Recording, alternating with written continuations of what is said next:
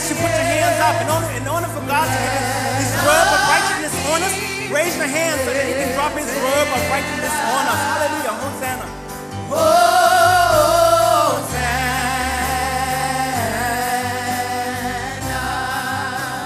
Be lifted, Karen. Lifted higher, higher, higher. Be lifted higher. Jesus, you be lifted. Jesus, you be lifted higher, higher, higher, higher. Be lifted higher. Jesus, you be lifted. Jesus, you be lifted higher, higher, higher. Jesus, you be lifted. Jesus, you be lifted. Higher. Jesus, you be lifted.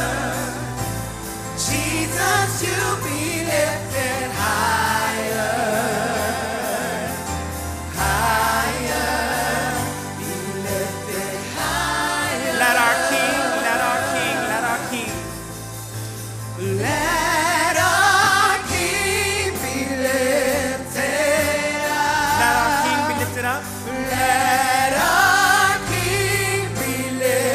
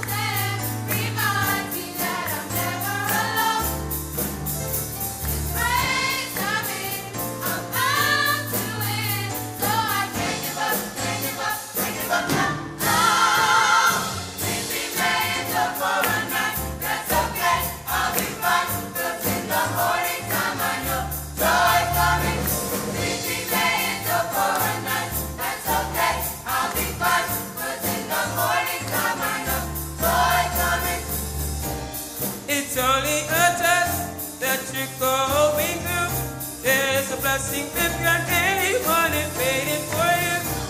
It's only a test that you're going through. There's a blessing with your name on it waiting for you. It's only a test that you're going through. There's a blessing with your name on it waiting for you. It's only a test that you're going through.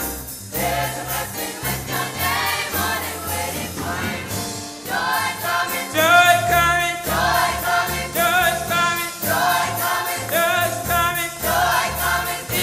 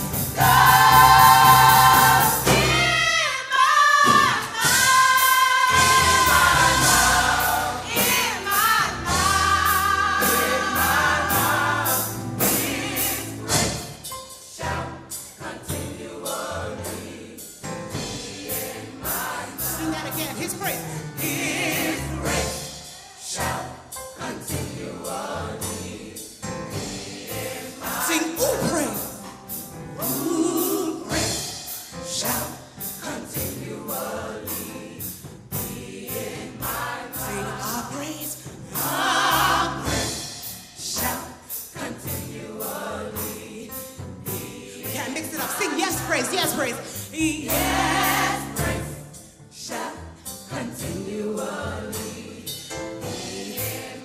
Now it's so sweet, just sing his praise. His praise.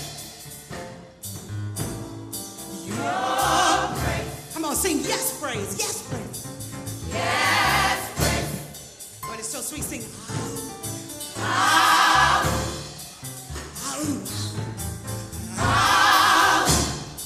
One more time, sing it for them, they don't get it.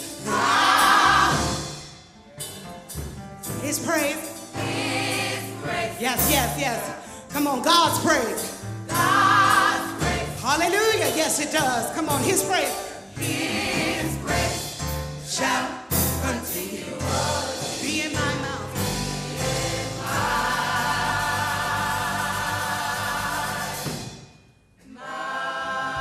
Hallelujah.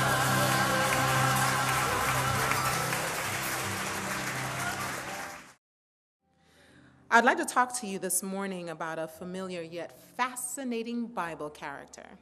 And that character has been heard of many, many times before, and his name is Job. So if you can, just for another moment, bow with me, close your eyes, and we will talk to God as we study integrity and restoration through Job. Not I, but Christ, be honored, loved, exalted. Not I, but Christ, be seen, be known, be heard. Not I, but Christ, in every look and in every action. Not I, but Christ, in every thought and in every single word. In the name of Jesus we do pray. Amen. Well, the story of Job is well known. It's been the source of theological debates for centuries. It inspires many beautiful songs we have today. And it can answer the age-old question, why do bad things happen to good people? However, there's one aspect of this story that often goes vitally unnoticed. And we completely miss it, although we see it and we know it like the back of our hands.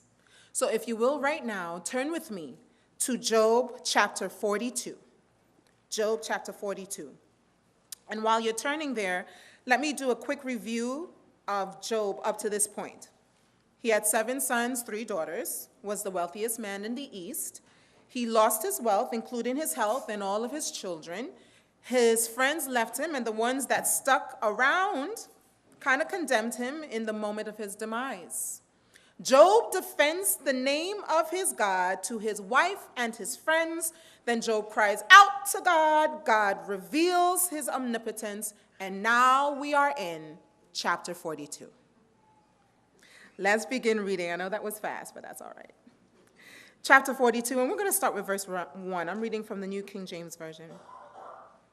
Then Job answered the Lord and said, I know that you can do everything, and that no purpose of yours can be withheld from you.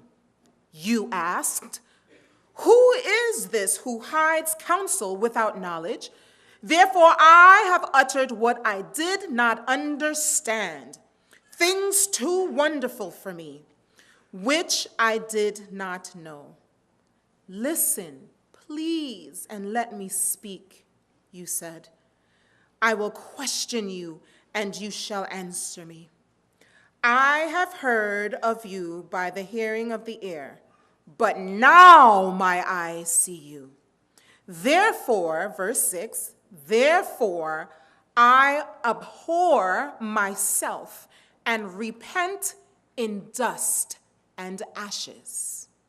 Therefore I abhor myself and repent in dust and ashes. Now let me highlight a few points here before we dive a little deeper. Verses 3 and 4 refers to a conversation that God and Job were having in chapter 38. It's the you statements. Where were you statements? Remember those? Okay. But then in verse 6, the word abhor, I have abhor. What else does someone have? Let's shout it out. Despise. What else? Okay. That whole word and those hints to the meaning. Abhor means to be extremely disgusted. Extremely disgusted.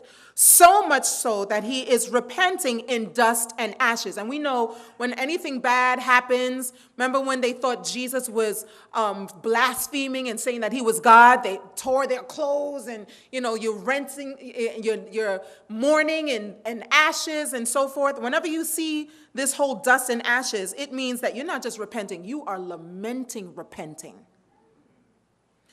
Repent. Well, we've been told over and over again that Job did nothing wrong, so why is he repenting? This word repent and this actual section of scripture was brought to my attention for the first time by my current supervisor in clinical pastoral education, CPE. And she had asked me to go ahead and prepare a worship thought for the hospital. This is a hospital overseas. And so anytime I go, I visit, she asks, to prepare something and speak to the people. So not only are the patients who are looking at the particular chapel channel that they have, they're not only they are seeing this, it's also the staff, the doctors, any visitors that are going to be there. And so immediately I say, okay, well, let me just talk about Job. And so she looked at me and she said, now, Simona, you know that topic is too controversial for you to present. So, I'm challenging her. And what I love about Dr. Hernandez is that she's very careful not to reveal where she stands with things, but she challenges me to be able to let whatever I say be relevant to the unchurched Harry and the unchurched Sally or the unchurched people, as well as the churched. And so it's always known that some people believe that Job is literal, while others believe it's an allegory. Others believe it's just a story to show us how God reacts with us and how Satan reacts with us. And so then she turns to this part. She tells me to look at chapter 42, and read. And I read that Job repents. So she smiled at me and she said, well, then why did he repent? And in that moment, with all my knowledge and all my schooling, I had no idea why he repented. And so she said, well, while you're looking for the answer, try to find something else to do. And so I went my way, but it haunted me. Why on earth is Job repenting? Well, if you read verse 6 without its proper context, you can walk away believing that Job did something to deserve what happened to him. If you look at it, he repents at the end of the chapter. So logically, you can think, well, maybe he did do something to deserve what happened to him. Time will not permit me to dive into every dialogue for you to kind of go with me and see what I had to go through just to get to where we are today. But I can say this. We can put things in a nutshell, and you can do your homework on your own. Is that all right? All right? So on top of your regular worship and then on top of your Sabbath school lesson that you study daily, amen, you've got homework to read Job and all of the interactions and the dialogues that happen. So we do see two things. His friends who were really sincere basically told Job to confess your secret sin, climb down off of your high horse, accept your just punishment, and die with some shred of dignity. But what we see in that moment, that despite the character assassination, the Bible declares that Job maintains his integrity. And if you read it, every time his wife spoke, his friends spoke, he maintains his integrity. However, in chapter 30, as Job begins to reminisce about what he used to have and how rich he used to be and how his life has now become a mockery before all his friends, his family, even people who don't know him, he addresses God in chapter 30, verse 20. So So let's turn to that. Chapter 30, verse 20. And it says, I cry out to you, but you do not answer me. I stand up, and you do not regard me. In the New Jerusalem Bible, I love how it says, I cry to you, and you give me no answer. I stand before you, but you take no notice. Another version says, I cry out to thee for help, but thou dost not answer me. I stand up, and thou dost turn thy attention against me. And then in chapter 38, verse 3, God responds and says, well, now, Job, prepare yourself like a man. I will answer you, and you shall answer me. Another version says, brace yourself like a fighter. Put up your dukes. I'm going to ask the questions, and you, Job, will inform me. Another version says, now gird up your loins like a man, and I will ask you, and you will instruct me. And it's after this particular dialogue that you get the where were you statements. Where were you when I hung the sun in place? Where were you when I told the waters to come this far but no further? Where were you? It is in this chapter and all the way through the chapter 42 that God works on Job's integrity. So when we speak of someone's integrity, we're speaking of their honesty, correct? We're calling them someone of standard, someone that's sincere, someone that's of strong moral code. So it's still a bit confusing as to why he's repenting.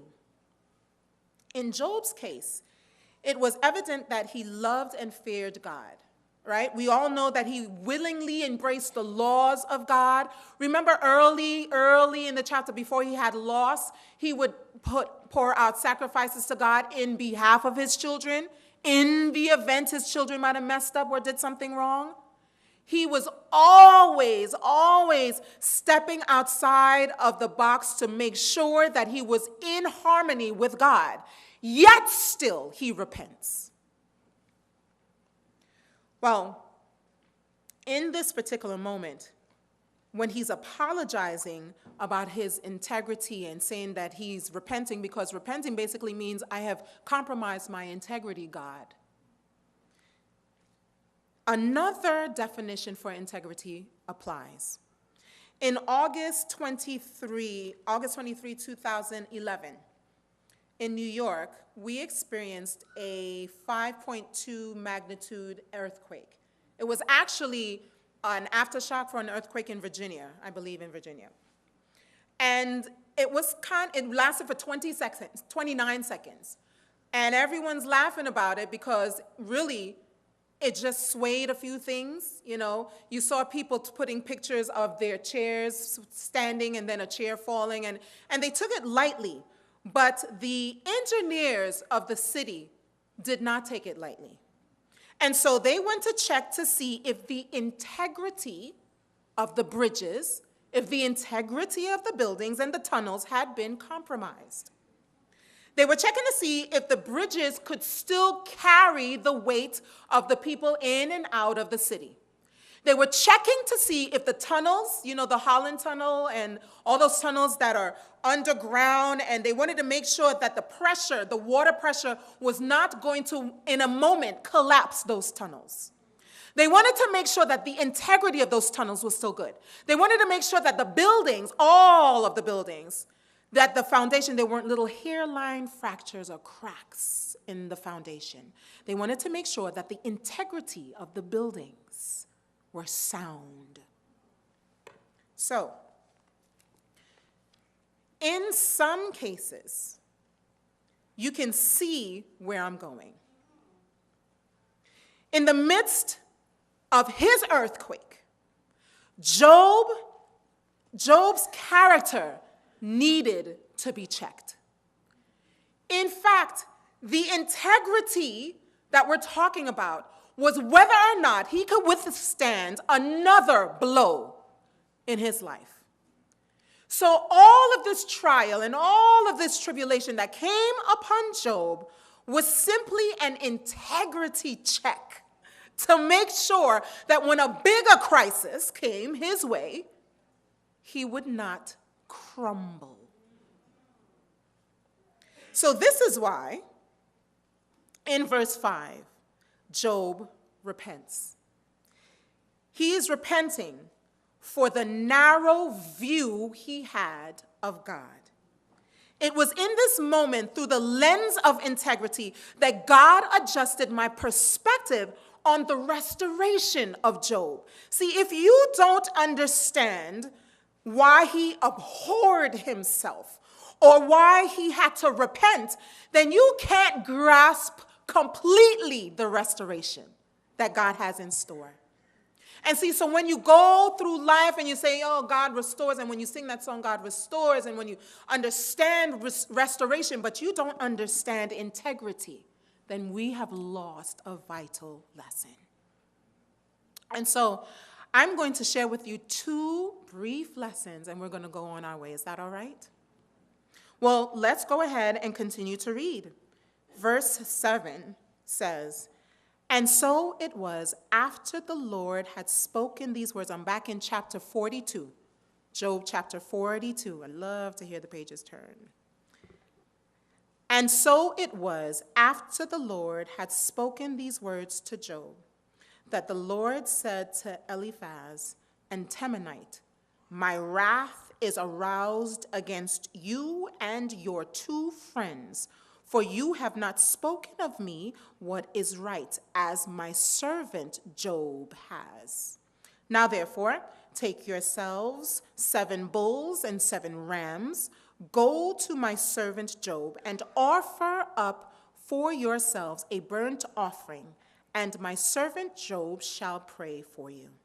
For I will accept him, lest I deal with you according to your folly, because you have not spoken of me what is right, as my servant Job has.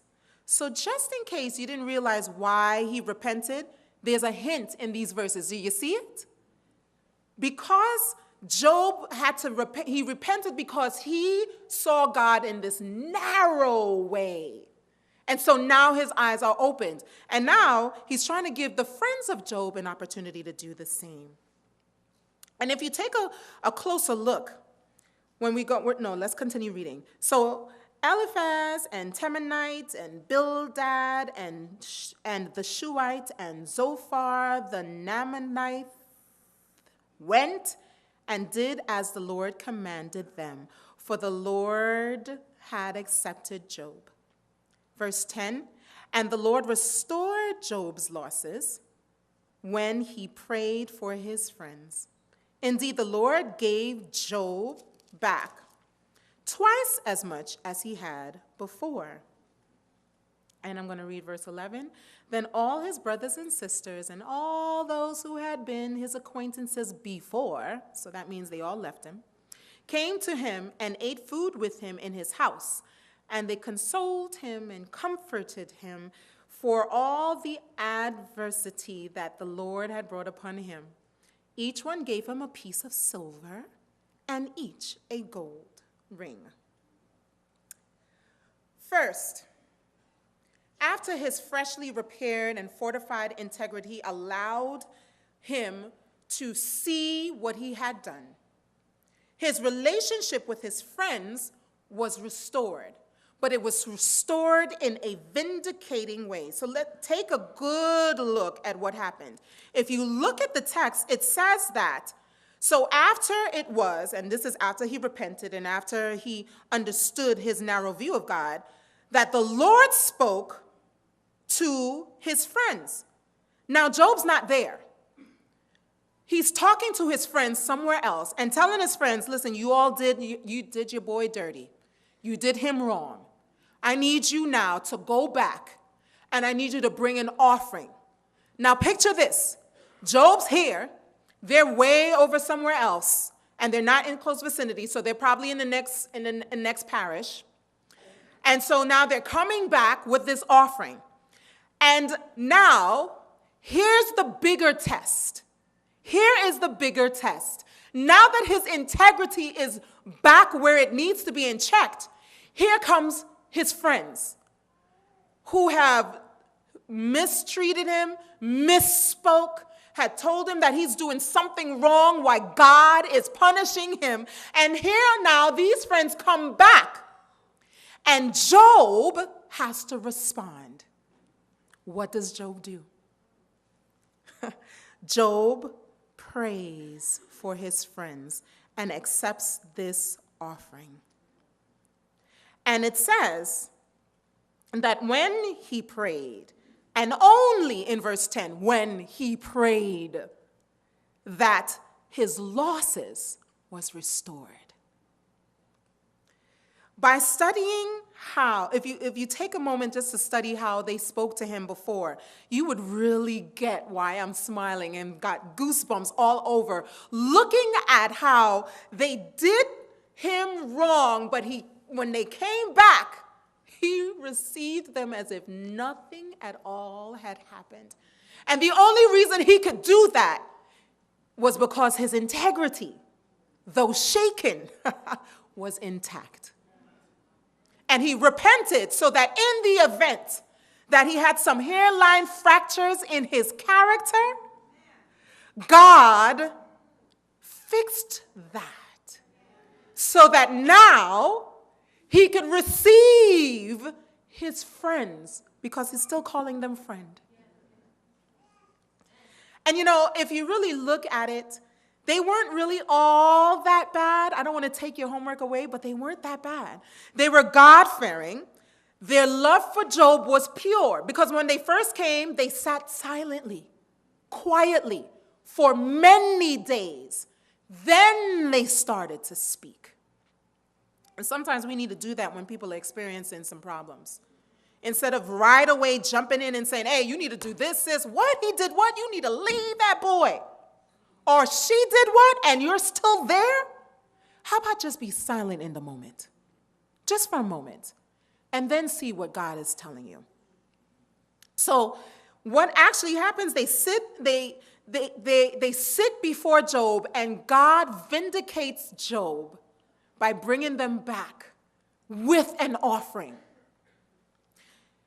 Sometimes Job could have cut them out of our lives, and sometimes out of his life, and sometimes we do that. We cut friends and we cut families out of our lives simply because they said something that we don't like. Maybe they did something to us that was really, really bad, really horrible. But God has called us to do something different, because once our integrity has been checked by the earthquakes that God sends our way, and once we repent and realize that, God, we need to be a better person, then there's nothing that someone could do that is unforgivable. Do you hear me? There is nothing that someone can do to you that is unforgivable. Now, I'm not saying that if someone's been beating you down physically, that you forgive them and go back. That's not forgiveness. And we can do a study on forgiveness another time.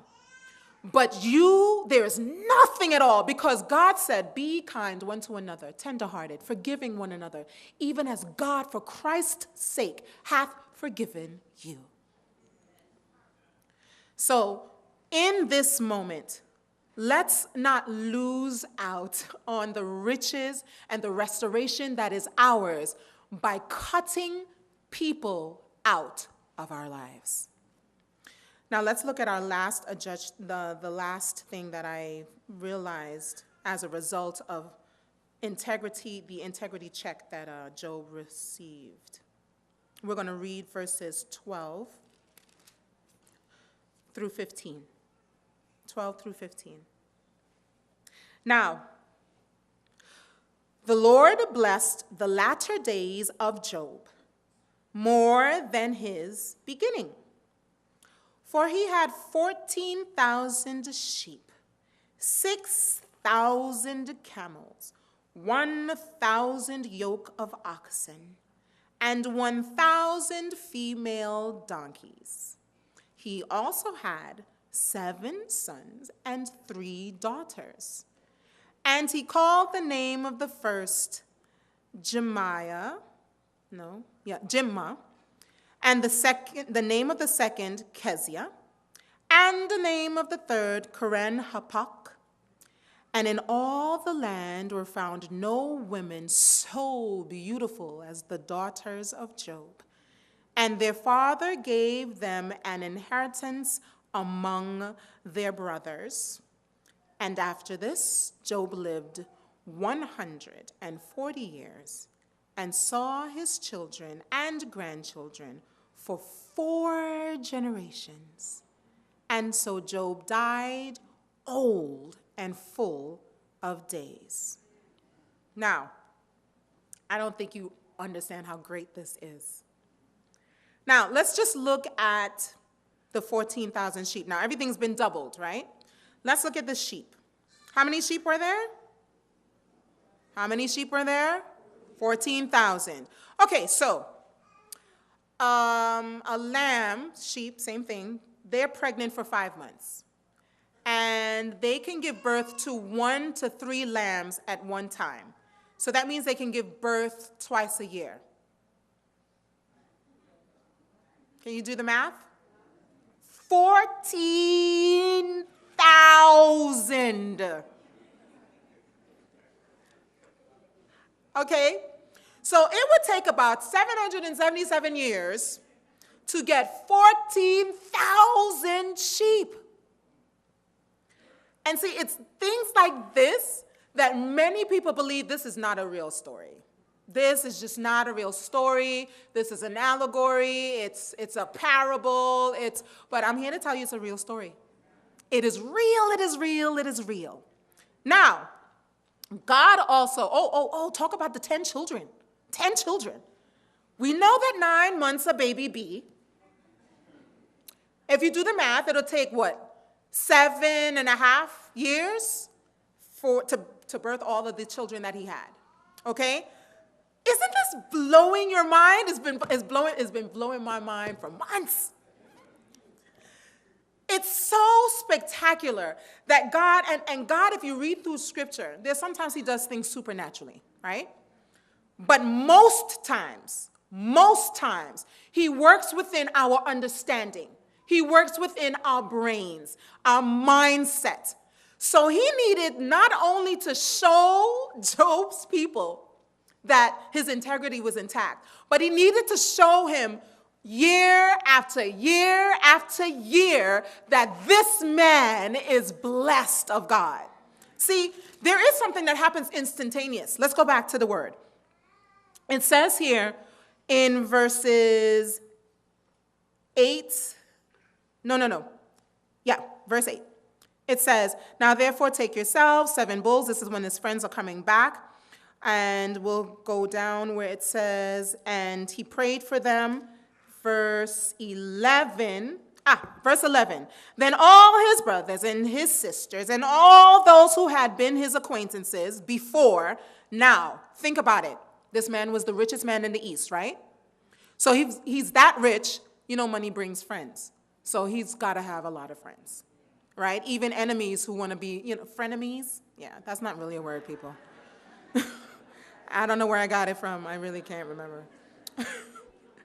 Okay, so now it's all those who had been his acquaintances before came to him and ate food with him in his house, and they consoled him and comforted him after all his adversity. But look at the end there. It says, each one gave him a piece of silver and each a gold ring.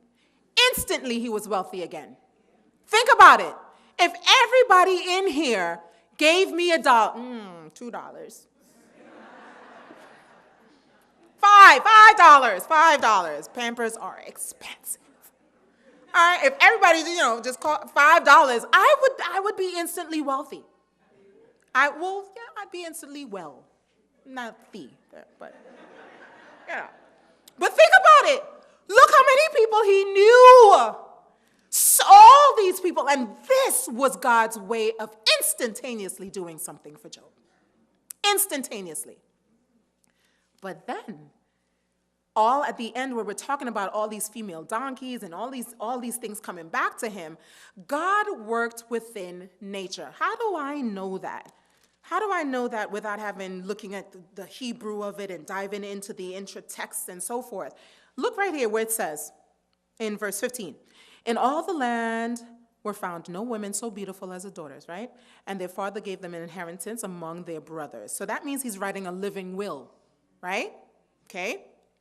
After this, Job lived. After this, Job lived 140 years. And sometimes we think, oh, so he lived till 140 years. Is that what that text is saying? No, sirree. After this, there it is. After this, Job lived 140 years and saw his children and grandchildren for 4 generations. He saw them for that many generations in the 140, but he was living a surplus before that. After this, there's a lot going on between verse 15 and verse 16. Is the word of God not amazing? This is so spectacular for me because it says to me that God, every moment of his life, blessed him, restored him, and did it in a vindicating way so that everyone could see him. And all he did was turn the attention back to God. Even more spectacular than that is the fact that we know the names of his daughters. In this period, it is unheard of for women to even be mentioned in a lineage. Unheard of, especially in this time. And then on top of that, they give you the full names of them, when they were born, what they were born third, who was born second. They give you all of that. And then on top of that, he gives them their inheritance. Unheard of.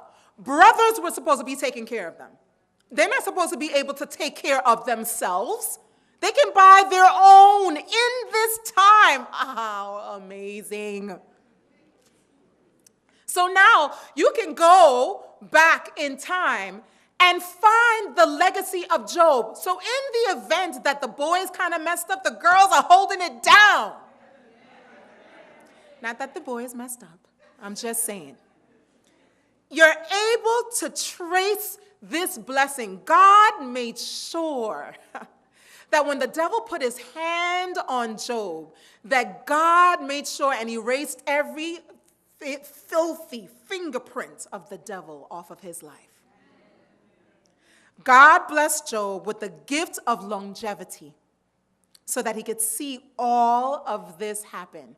And when he finally arrived, he lived for 140 years, saw his children and his grandchildren for 4 generations. So what is this basically telling us? That restoration is a journey. See, we want things to happen instantaneously for us. We want, Lord, fix this for me. And it may take a generation. It may just take a generation. The 10 Commandments, and I was telling my students this week about generational curses in Exodus 20, how it says the sins of the fathers shall visit the children from 3rd and 4th generation of them that hate me, though. See, he didn't just leave it out there. Of them that hate me, but show mercy to the thousands of them that love me and keep my commandments. So in this whole generational curse, sometimes we think that restoration, we can't be restored. And maybe that's true for that generation in that moment, but continue to love Jesus. Continue to obey his word. Continue to grab hold of who God is for yourself, and you will be restored. In some cases, God will instantaneously take you from that broken place to a completely restored place. But in some other cases, the character of God needs to be revealed slowly and patiently so that you can take a step toward him and everyone else around you. So, as I conclude, In this very silent moment, for about 30 seconds, with no music, the musicians are going to make their way to the piano and we're going to go into our appeal song. But in this moment, including them for 30 seconds, I want you to close your eyes and I want you to focus on an instance in your life where your integrity, like Job, was shaken and in need of repair. Think about a moment that still haunts you to this day. Search in your mind for a moment that still haunts your very being, where your integrity, like Job, was shaken, where you believed that God is an awesome God, but you just had a narrow vision of what God could do for you. In this moment, and I'm going to do it too, for 30 seconds, think about a moment when your integrity was shaken and is in need of repair.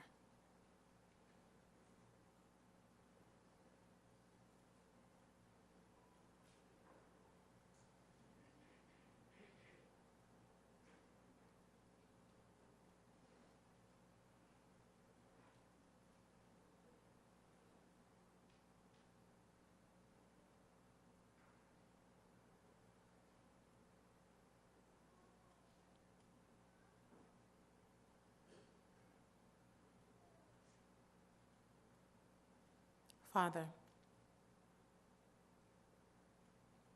right now, I can think of many opportunities, many times when my integrity has been in disrepair. Fortify us, Father. Fortify what's in our heads right now in this moment. Fortify us, repair us, so that when the greater attack comes upon us, we will stand firm and stand strong for you. And now, Father, I pause in this moment to make two appeals to your people. And as we softly sing, God restores. I want you to ask God just to restore the opportunity in your life where you kind of slipped up and needed God to reveal his will in your life, and you missed that opportunity. So there's two groups of people I'm going to call on right now. There's some people here that are no longer talking to a family member or a friend simply because whatever the situation is. And you right now want that relationship restored in a God-led way, not in your own way. And if everyone in here is all right, then that's all right. But I can think of one person right now in my head who I need to go back to, who I know loves me, but did me wrong, but I know loves me. And I missed an opportunity for my foundation in God, for my integrity to be fully restored. If there is someone here who's thinking about a situation, a person, a family member, a friend, who they need God to lead them back to restore that relationship, then come forward. And if you can't move, wave your hands. I'm not even looking up.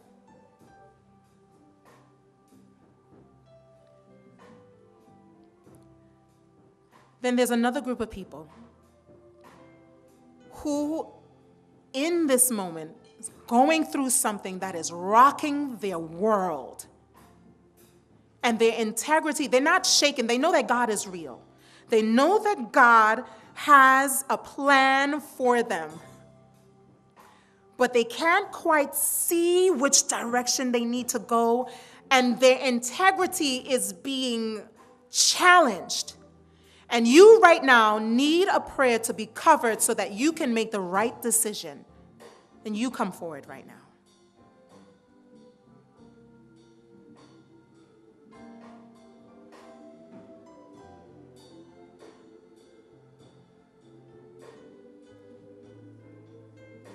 And then finally, There are those who need to study God's word to understand the blueprint for their life, and then eventually join the family of God in baptism, where they can experience what restoration truly looks like. If that's you, then you come forward right now in this moment.